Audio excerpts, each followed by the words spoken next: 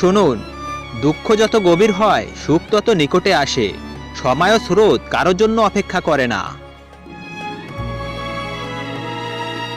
সুন্দরী স্ত্রী এবং পিছনের দরজা যে কোনো মুহূর্তে একজন ধনী লোককে গরিব করতে পারে।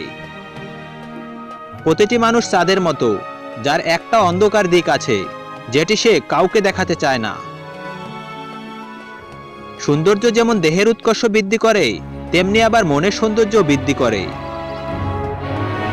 যে ব্যক্তি পাপের মতো পুণ্যকে গোপন রাখে সেই খাঁটি লোক।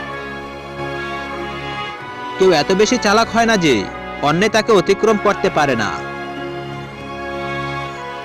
প্রত্যেক লোকের তার কর্মক্ষমতার উপর আস্থা থাকা উচিত।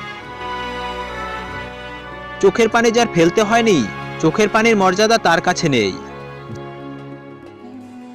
প্রতিভা বলে কোনো জিনিসই নাই, পরিশ্রম করো, সাধনা